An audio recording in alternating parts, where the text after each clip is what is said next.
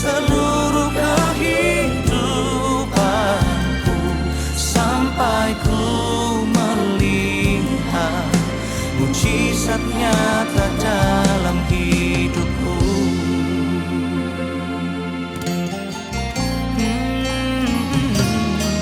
Engkau Tuhan yang paling mengerti, Engkau pribadi yang memahami dalamnya relung hati.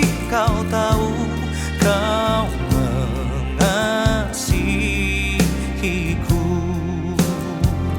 Ku percaya kuasa-Mu ajaib, ku percaya Kau sanggup menolongku.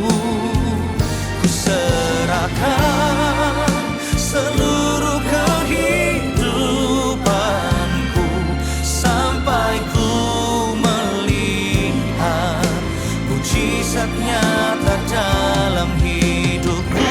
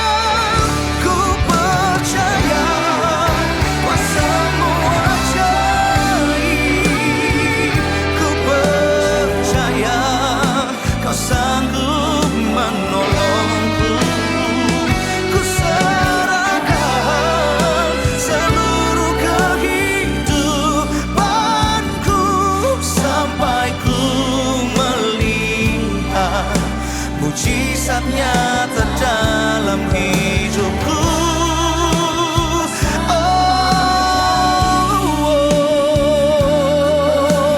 Ku percaya menolongku,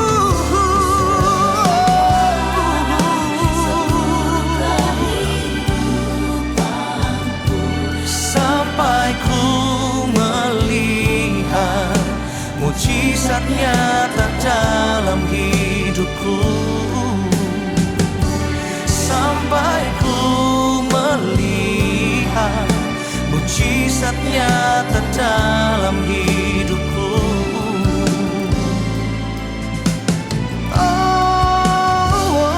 Sampai ku melihat mujizat nyata dalam hidupku.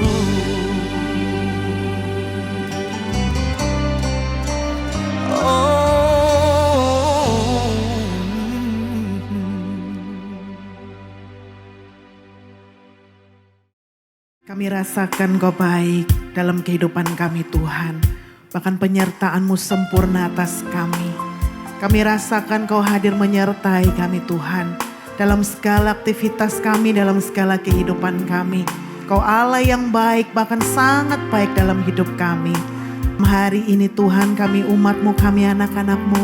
Kami rindu untuk kami boleh datang Tuhan. Menaikkan syukur kami yang terbaik.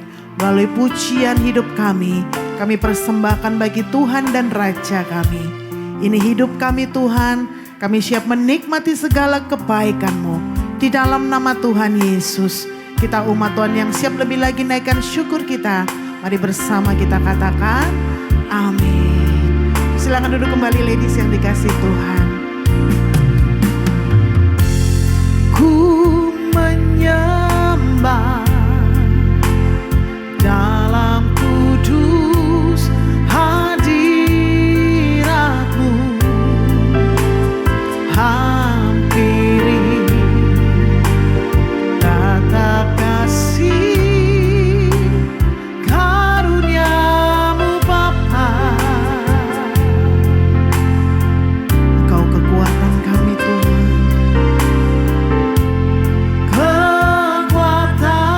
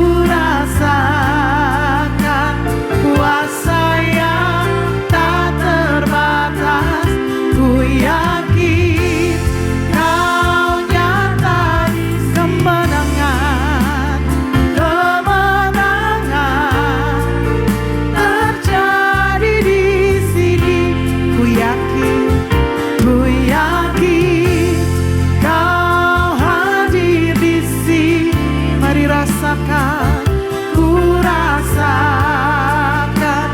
kuasa yang tak terbatas. Ku yakin kemenangan, kemenangan terjadi di sini. Mari dengan iman percayamu nyatakan, ku yakin Kau hadir. Kami rasakan kuasa yang tak terbatas. Ku yakin Kau hadir Tuhan, kemenangan terjadi di sini. Ku yakin Kau hadir di sini. Mari rasakan, ku rasakan kuasa yang terbatas. Ku yakin Kau datang, kemenangan, kemenangan terjadi di sini. Dengan iman percaya mari nyatakan, ku yakin Kau hadir di sini. Ya Tuhan Allah Maha Hadir, ku rasakan kuasa yang menyertai kehidupan kita. Ku yakin Kau hadir di sini. Kemenangan terjadi di kemenangan, kemenangan terjadi di dengan iman nyatakan, kemenangan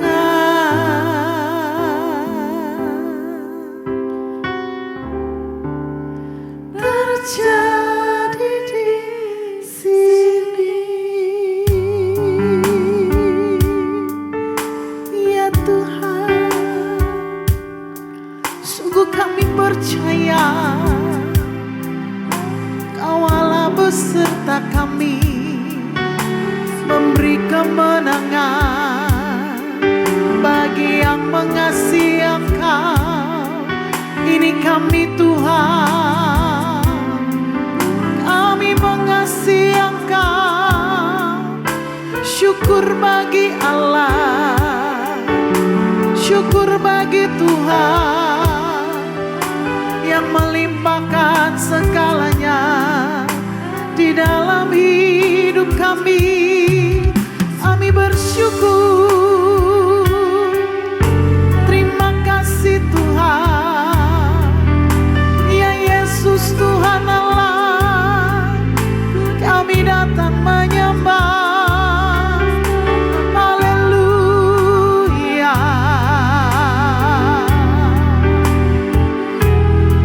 Terpujilah Tuhan yang menjadikan segala-galanya baik.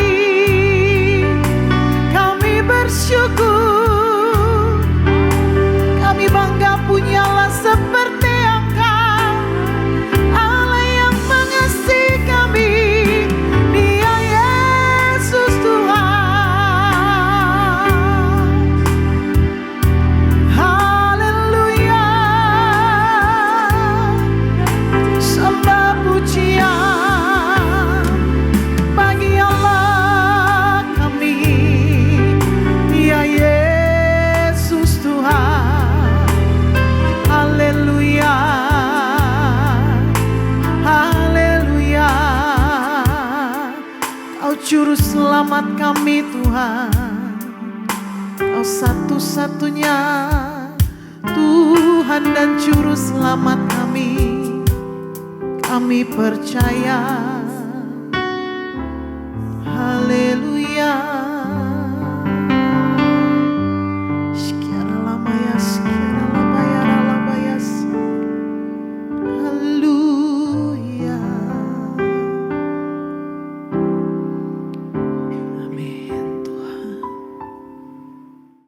Terima kasih Bapa di surga buat saat yang indah ini. Kalau kami boleh Tuhan diizinkan untuk mendengarkan firman-Mu di hari yang berbahagia, di mana kami boleh memperingati, merayakan Tuhan 23 tahun. Tuhan sudah izinkan Ladies Devotion ini ada, dan sudah menjadi banyak berkat bagi para wanita-wanita yang luar biasa. Berbicaralah kepada kami, urapi mulut bibir hamba-Mu ini, supaya setiap firman yang hamba sampaikan semua datang dari Tuhan. Di dalam nama Tuhan Yesus Kristus, kami siap untuk mendengarkan firman-Mu Tuhan. Haleluya. Amin. Puji Tuhan, para wanita yang luar biasa. Hari ini kita akan pertama-tama saya ucapkan selamat dulu kepada Ladies Devotion, di mana hari ini 23 tahun ulang tahun atau anniversary. Mungkin saudara bertanya-tanya, kalau gereja kita ini baru umur 17 tahun, kenapa ini Ladies sudah 23 tahun? Saudara, cikal bakal salah satu gereja base itu lahir karena di Singapura itu ada persekutuan doa wanita pada tahun 2000, itu dipelopori atau diprakarsai itu di rumahnya gembala senior kita, Pak Fengki. Tentu motornya itu adalah Ibu Yvonne, Ibu Felis Yvonne ya, yang menjadi motor, dan saya tahu itu ada para wanita-wanita yang hebat dari zaman dulu seperti Ibu Christine, saya kenal waktu di Singapura, dan ada beberapa teman, ada yang Ibu Ratna juga, semua teman-teman kita ya, Ibu Cinlan, semua ada di sana. Dan kemudian persekutuan itu yang namanya Ladies itu sampai dengan hari ini itu tetap eksis, dan banyak wanita-wanita yang luar biasa. Nah, malam hari ini saya mau berikan kado spesial, hadiah yang spesial buat Ladies, di mana saya mau bicara tentang prepare for the second coming. Bagaimana saudara dan saya, kita ini para wanita, saya lebih fokus bicara pada malam hari ini, tentu bicara fokus kepada para wanita, para ladies. Bagaimana para ladies itu, para wanita mempersiapkan tentu yang pertama dirinya sendiri. Kemudian yang kedua dia persiapkan adalah orang-orang yang ada di bawah dia. Entah itu suaminya, entah itu anaknya, entah itu sanak keluarganya. Nah, tapi kita harus mulai dulu dari diri kita sendiri. Nah, saya coba nanti pada hari ini, saat ini saya coba angkat ada 3 hal, tapi saya mau bicara dulu saudara, di dalam Injil Matius 25, ayat 1 sampai ayat yang ke-13, di mana kita tahu bersama bahwa ini bicara tentang waktu Yesus memberikan sebuah perumpamaan, dia bicara tentang kerajaan sorga, kemudian dia memberikan perumpamaan bicara wanita, bicara gadis, saudara ya. Bicara ladies, saudara. Nah, kenapa Tuhan kemudian memberikan sebuah perumpamaan? Karena bagi Yesus, apa yang dia omongkan, apa yang diberikan perumpamaan, semua itu punya arti. Jadi waktu itu Yesus kemudian bicara, pada waktu itu, hal kerajaan sorga seumpama 10 gadis yang mengambil pelitanya dan pergi menyongsong mempelai laki-laki. Saudara, wanita itu digambarkan sebagai seorang mempelai wanita, sedang mempelai laki-laki bicara tentang Yesus. Kemudian ada juga pandangan yang kemudian berkata bahwa itu bicara juga tentang gereja. Nah, ayat yang kedua kemudian dikatakan ada 2 tipe wanita yang di situ, di mana yang pertama dikatakan bodoh, 5 diantaranya bodoh, dan 5 bijaksana. Dia tidak bicara pintar ya, nanti kita akan lihat. Gadis-gadis yang bodoh itu membawa pelitanya tetapi tidak membawa minyak. Jadi pelita ada, artinya apinya ada, tapi minyaknya nggak ada cadangan. Sedangkan dia katakan gadis-gadis yang bijaksana itu membawa pelitanya dan juga minyak dalam buli-buli mereka. Tetapi karena mempelai itu lama tidak datang juga, mengantuklah mereka, semua lalu tertidur. Waktu tengah malam terdengarlah suara orang berseru, mempelai datang, songsonglah dia. Ayat 7 kemudian dikatakan gadis-gadis itu pun bangun semuanya, lalu membereskan pelita mereka. Kemudian dikatakan dalam ayat yang ke-8, Itu jelas sekali kemudian dikatakan di dalam ayat yang ke-8, gadis-gadis yang bodoh itu berkata kepada gadis-gadis yang bijaksana, berikanlah kami sedikit dari minyakmu itu, sebab pelita kami hampir padam. Tetapi apa yang kemudian dijawab, gadis-gadis yang bijaksana itu, dia berkata, tidak, nanti tidak cukup untuk kami dan untuk kamu. Lebih baik kamu pergi kepada penjual minyak dan beli di situ. Akan tetapi mereka sedang pergi untuk membelinya, datanglah mempelai itu dan mereka yang telah siap untuk masuk bersama-sama dengan dia ke ruang perjamuan kawin, lalu pintu ditutup. Kemudian datang juga gadis-gadis yang lain yang tadi yang bodoh itu dan berkata, Tuan, Tuan, bukakanlah kami pintu. Tetapi ia menjawab, aku berkata kepadamu, sesungguhnya aku tidak mengenal kamu, karena itu berjaga-jagalah, sebab kamu tidak tahu akan hari maupun saatnya. Nah, para ladies yang dikasihi Tuhan, saya mau bicara tentang kedatangan Tuhan pada kali yang kedua ini. Tuhan tidak minta hari ini saudara dan saya harus menjadi orang yang pintar, kemudian orang yang berpengetahuan tinggi. Tapi kita garis bawahi pada hari ini, yaitu bicara tentang satu kata, yaitu bijaksana. Nah, Tuhan bicara tentang kata bijaksana. Dunia selalu bicara tentang kepintaran. Selalu di mana-mana dunia selalu bicara sesuatu yang harus hebat, yang harus pintar. Tapi ternyata apa yang kita lihat, apa yang kita baca, begitu kedatangan Tuhan pada kali yang kedua bukan kepintaran, bukan kehebatan yang Tuhan cari, tapi satu kata bijaksana. Nah, yang menjadi perenungan khusus kita mau fokus, apa sih itu bijaksana? Apakah kemudian bijaksana itu bisa kita cari di sekolah? Apakah kemudian bijaksana itu kita bisa baca dari buku-buku sesuatu, ensiklopedia dan sebagainya? Apakah kemudian kita bisa cari seperti itu, bijaksana? Nah, oleh sebab itu, saudara, saya coba bicara kepada para wanita-wanita yang hebat. Saya coba bagi ada 3 bagian besar yang harus kita renungkan untuk kita menjadi orang yang bijaksana. Karena kalau kita tidak menjadi orang yang bijaksana, ini berbahaya. Karena waktu Yesus datang pada kali yang kedua, saudara dan saya tidak akan mengalami perjumpaan dengan Tuhan. Nah, kalau tentu kita lihat hari-hari ini bahwa tentu kedatangan Tuhan itu sudah tidak lama lagi.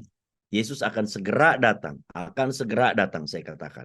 Makanya kita harus prepare. Bagaimana kita prepare hidup kita? Bagaimana kita persiapkan hidup kita?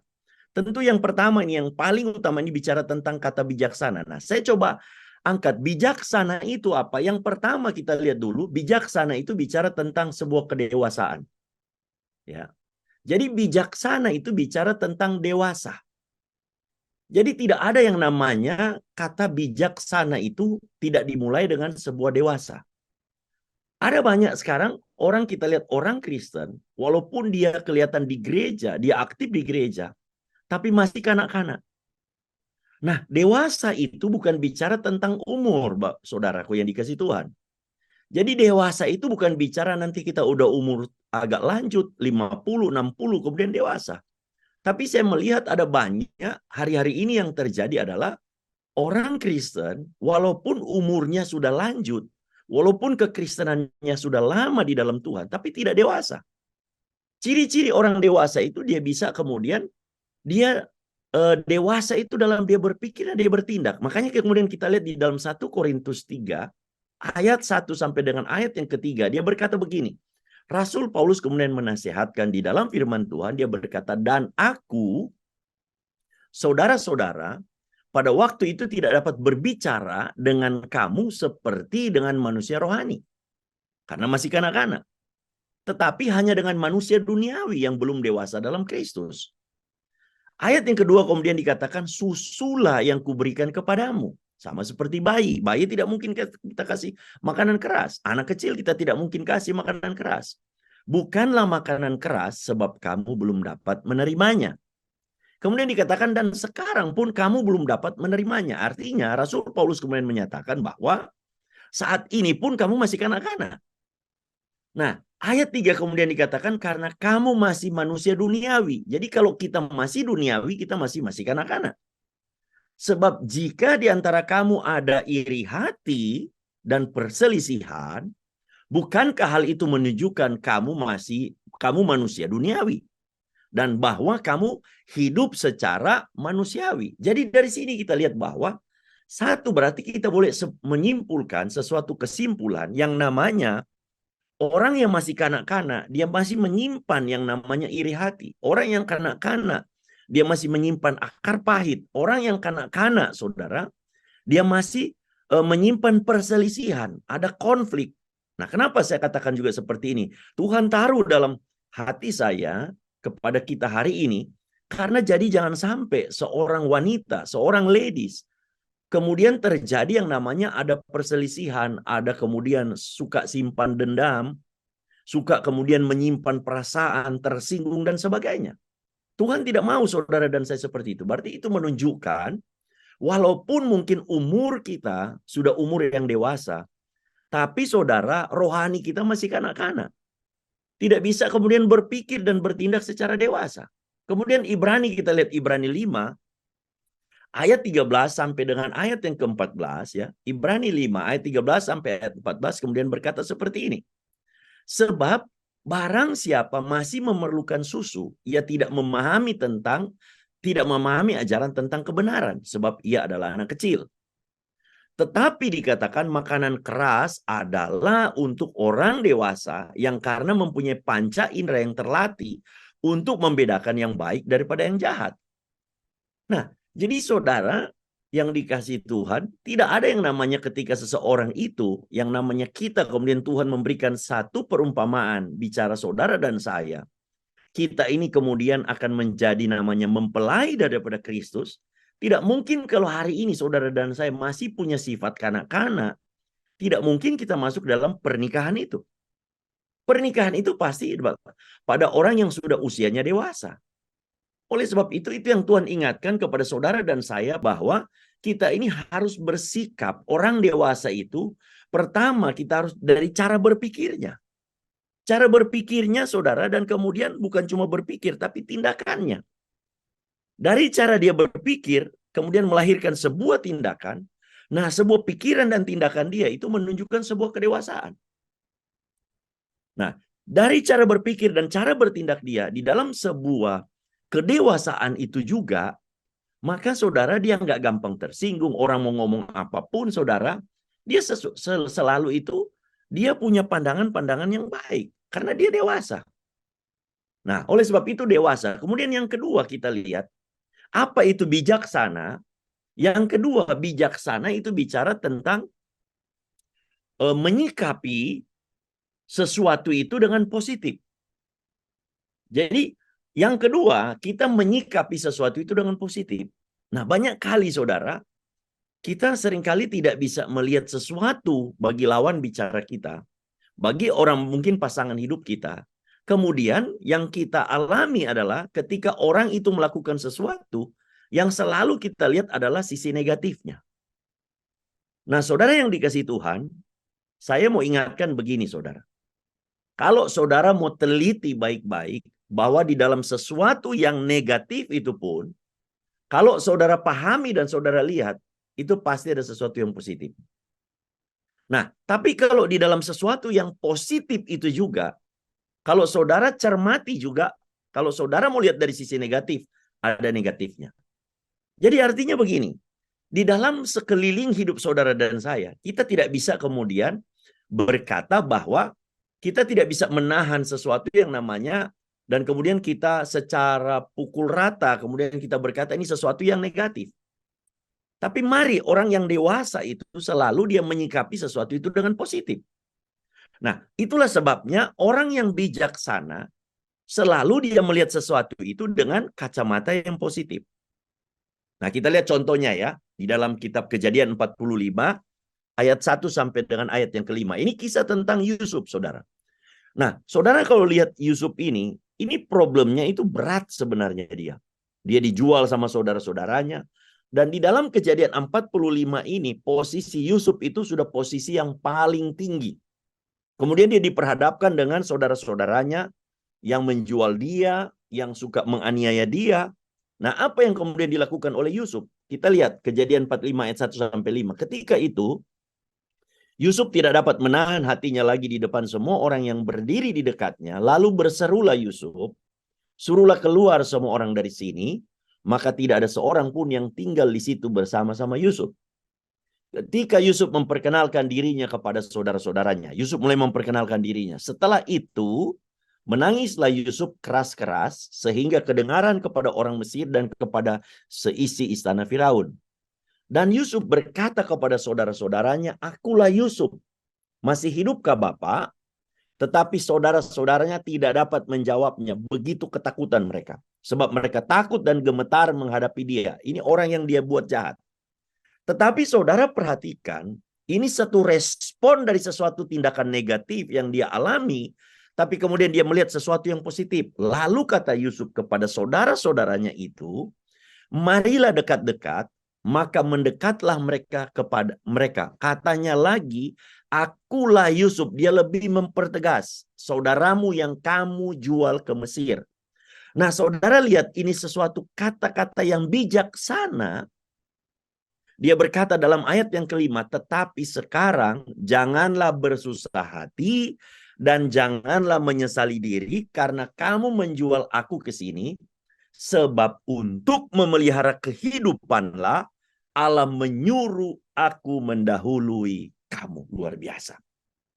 Saudara, kalau saudara bisa bersikap sama seperti Yusuf ini, menyikapi sesuatu itu bukan dengan kacamata negatif, tapi menyikapi sesuatu itu dengan sesuatu yang positif, saya percaya ketika kita mengalami sesuatu yang namanya di dalam kehidupan saudara dan saya, kita ini jarang akan namanya mengalami konflik.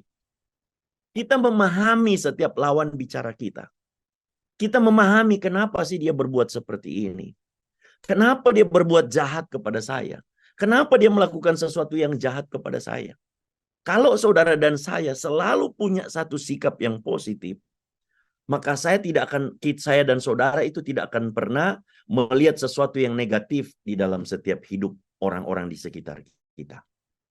Saya kemudian mencoba memahami satu kali anak saya itu waktu saya berbicara dengan dia, karena ada satu peristiwa yang membuat hatinya sakit. Dia merasa sangat tertekan. Dan saya tahu, saudara, wanita itu selalu bicara tentang perasaan. Jadi waktu saya bicara sama dia, dia kemudian berkata bahwa saya itu sebagai papanya itu tidak bela dia di dalam situasi seperti itu. Seolah-olah membela orang yang dia rasa itu jahat.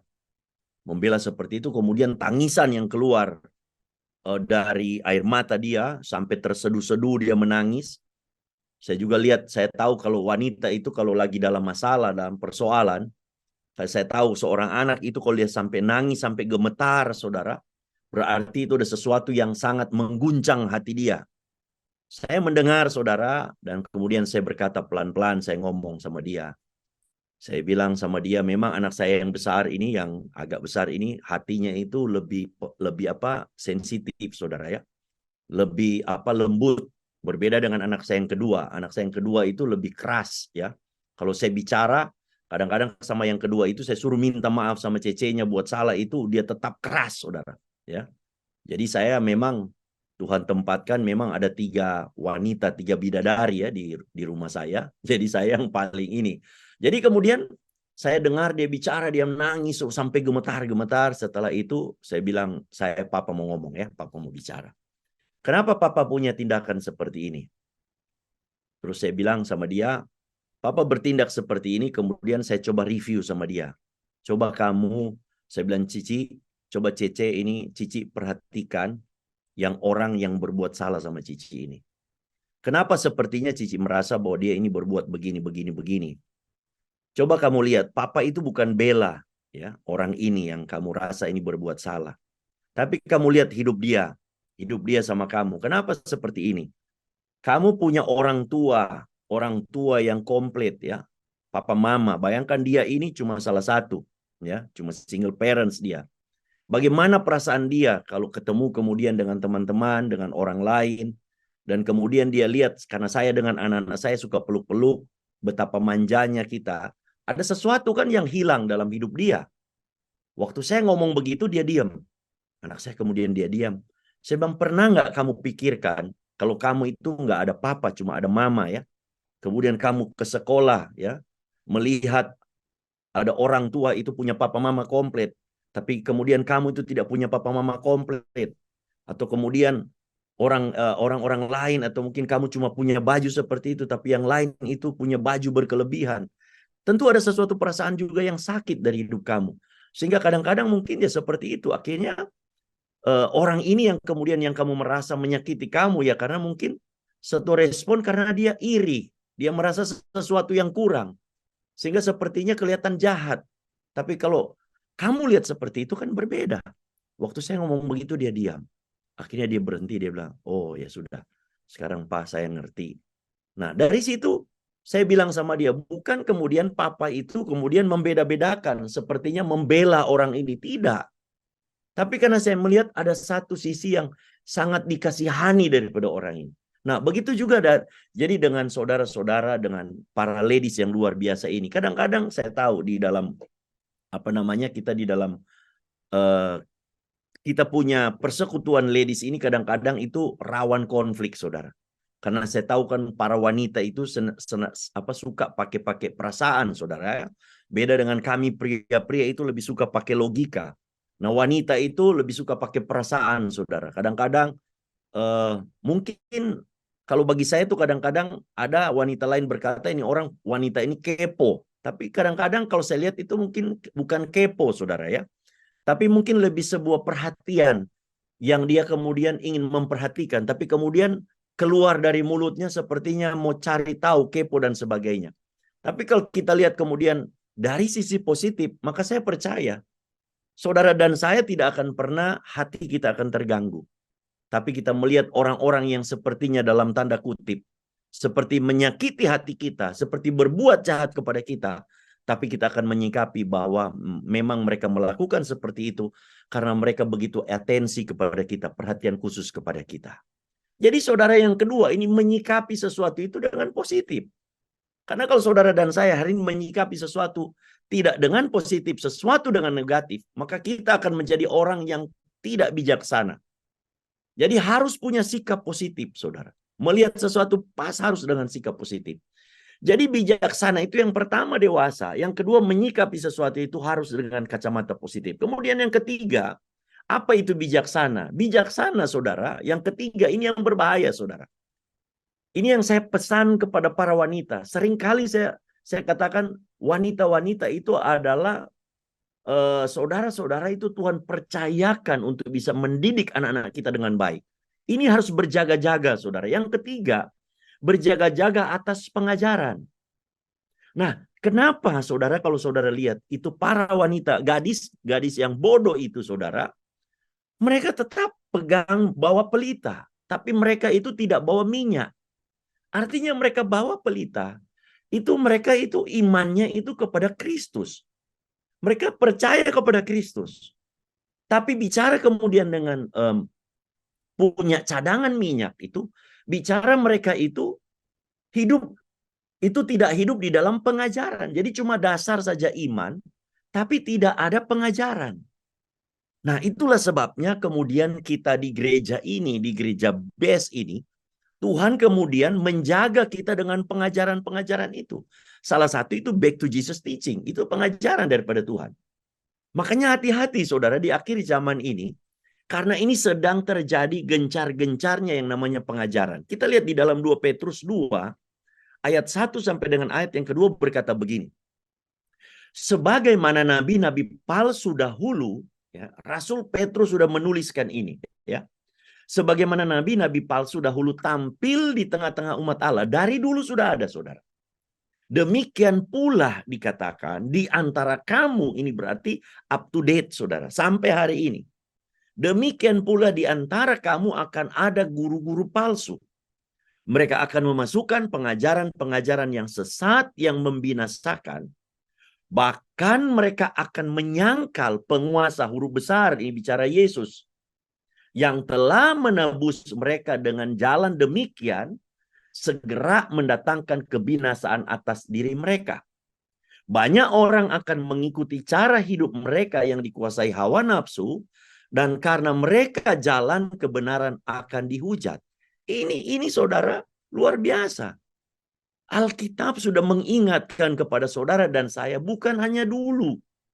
Sampai sekarang saudara akan ada pengajaran-pengajaran yang palsu yang akan menyangkal penguasa, yaitu bicara Yesus sebagai juru selamat.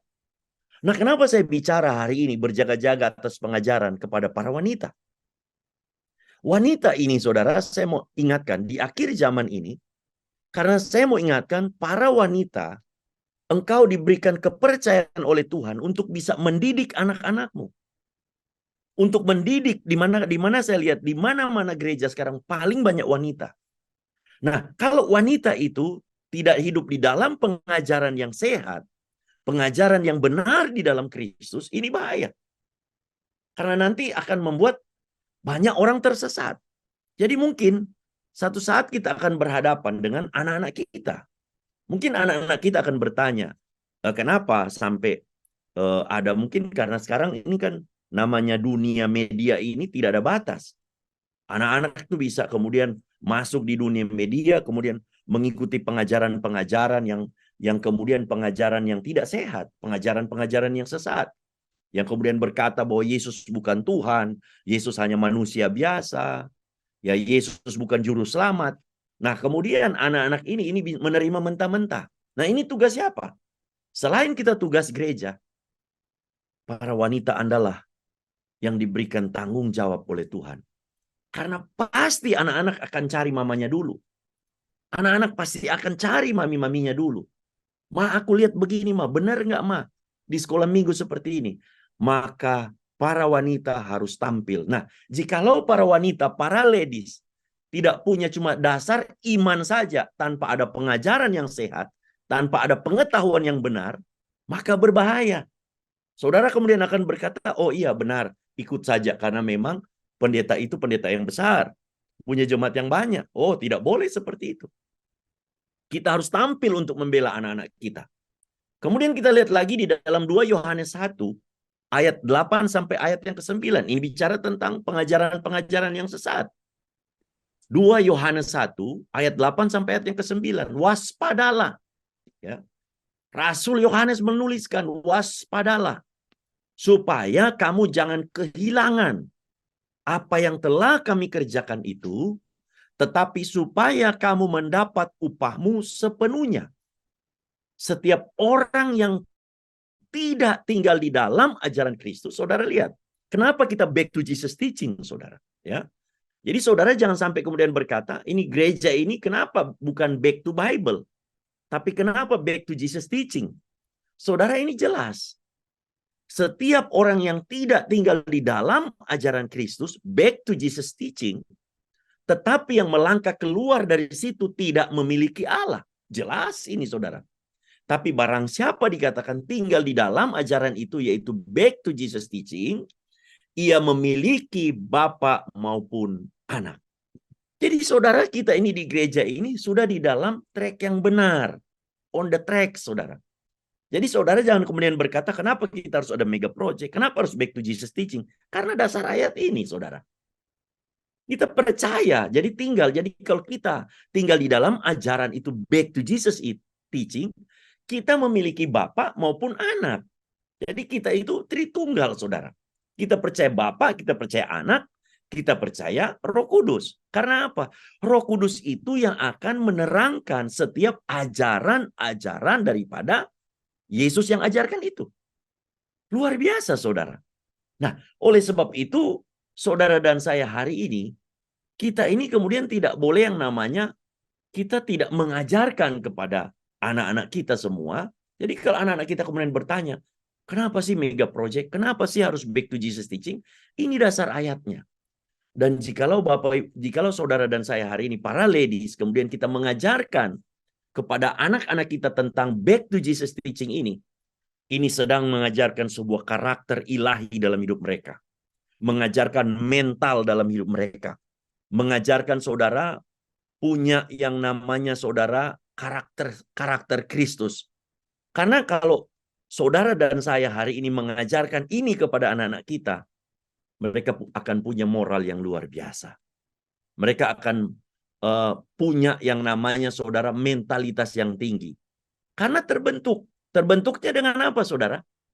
Terbentuknya itu kemudian karena karakter Kristus itu melekat dalam hidup kita.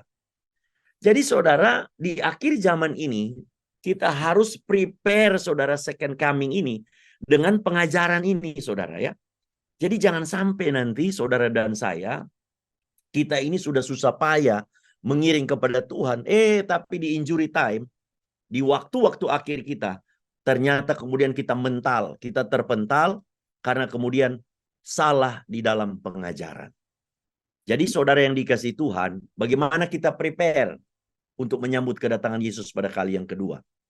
Satu kata yang paling penting yaitu harus menjadi wanita yang bijaksana. Bukan wanita yang pintar. Dunia mengajarkan sesuatu yang pintar. Tapi sorga mengajarkan bijaksana, bukan pintar. Orang pintar banyak dicari. Orang pintar banyak dibentuk. Tapi kalau wanita bijaksana, pasti dia pintar.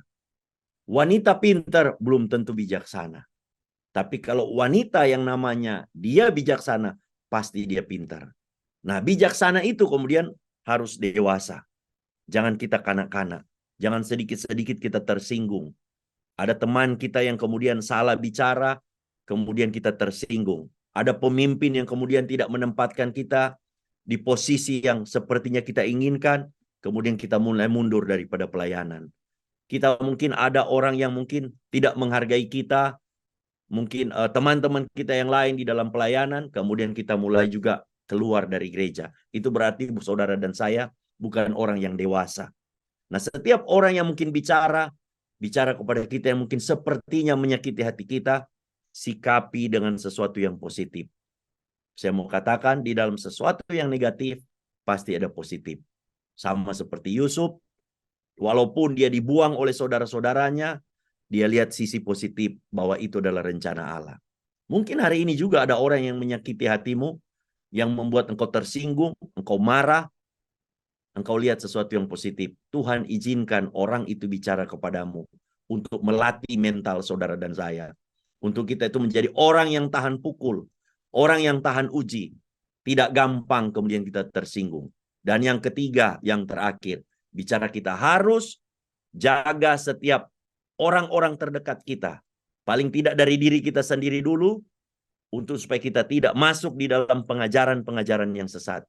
Gereja ini sudah menggariskan sesuatu yang benar, yaitu namanya bukan gereja kita, saya berkata bahwa cuma gereja kita yang benar. Tidak, saudara. Karena saya lihat juga ada satu cuplikan pendeta itu, dia berkata kemudian gereja dia yang paling benar. Tidak, saudara ya. Masih banyak gereja-gereja yang benar. Dan kita hari ini juga salah satu dari gereja yang benar itu. Kenapa saya bilang gereja kita benar, saudara? Karena ajaran Yesus menjadi yang terutama dalam hidup kita. Karena back to Jesus teaching, itu yang Tuhan mau dalam hidup saudara dan saya. Tinggal terus di dalam ajaran Kristus. Kalau saudara dan saya tinggal di dalam ajaran Kristus, maka saya percaya bahwa saudara dan saya akan tetap mengalami yang namanya pemulihan daripada Tuhan. Mari kita tunduk kepala dan kita mau berdoa. Terima kasih Bapa di surga, Engkau berikan kepada kami wanita-wanita yang hebat. Dan hari ini Tuhan adalah hari yang spesial, 23 tahun. Tuhan izinkan Ladies Devotion ini ada di dunia ini. Tuhan, dan kami percaya 23 tahun bukan usia yang singkat. Ada banyak wanita-wanita yang luar biasa yang Tuhan sudah lahirkan melalui persekutuan Ladies Devotion ini. Dan biarlah Tuhan di usia ke-24 akan menjadi wanita-wanita yang hebat. Dan hari ini Tuhan berikan hadiah yang spesial bagi kami, di mana kami harus menjadi gadis yang bijaksana untuk menyambut kedatangan-Mu pada kali yang kedua. Biar kami dewasa di dalam cara berpikir kami. Kami dewasa dalam setiap tindakan hidup kami. Dan setiap orang yang berbuat jahat pun kepada kami melihat dengan kacamata yang positif.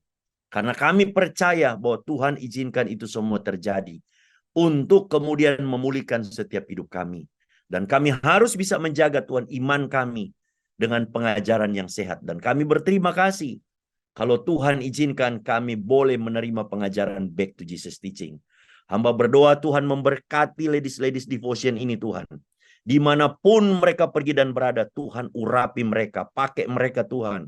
supaya melalui hidup mereka, mereka membawa buah-buah keturunan yang Tuhan sudah percayakan dalam hidup mereka, pasangan-pasangan hidup mereka Tuhan, untuk tetap di dalam ajaran Yesus. Terima kasih Bapa di surga, biarlah setiap firman ini Tuhan, Engkau taruh dalam setiap hati dan pikiran kami, dan firman ini akan bertumbuh berbuah untuk hormat kemuliaan nama-Mu. Mari saudara yang dikasihi Tuhan, Engkau dekapkan kedua tanganmu di dadamu, karena firman Tuhan berkata, jagalah hatimu dengan segala penuh kewaspadaan, karena dari sanalah terpancar kehidupan. Para wanita yang dikasihi Tuhan, jadilah berkat dan terimalah berkat rahmat anugerah dari Allah Bapa di surga, di dalam Putra Tunggalnya Tuhan Yesus Kristus, dan di dalam persekutuan dengan Allah Roh Kudus, mulai malam hari ini sampai dengan selama-lamanya. Mari sama-sama kita tutup dengan doa Bapa kami. Bapa kami di surga, dikuduskanlah nama-Mu, datanglah kerajaan-Mu, jadilah kehendak-Mu di bumi seperti di surga. Berikanlah kami pada hari ini makanan kami yang secukupnya, dan ampunilah kami akan kesalahan kami, seperti kami juga mengampuni orang yang bersalah kepada kami. Dan janganlah membawa kami ke dalam pencobaan, tetapi lepaskanlah kami daripada yang jahat, karena Engkaulah yang punya kerajaan, dan kuasa, dan kemuliaan, sampai selama-lamanya. Amin. Tuhan Yesus memberkati. Shalom. Roh Kudus penghibur dan penolongku, ku tak takut sebab Engkau ada di dalamku. Kau ubah dukaku menjadi sukacitaku. Roh Kudus, Kau hadir di sini.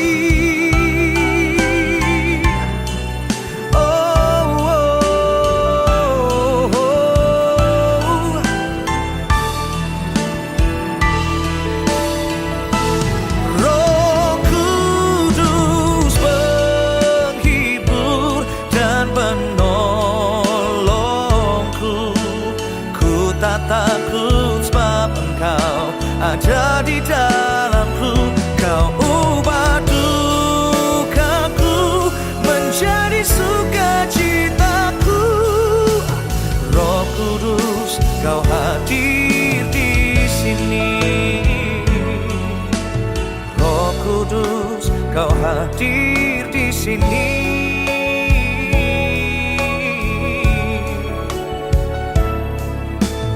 Roh Kudus, Kau hadir di sini.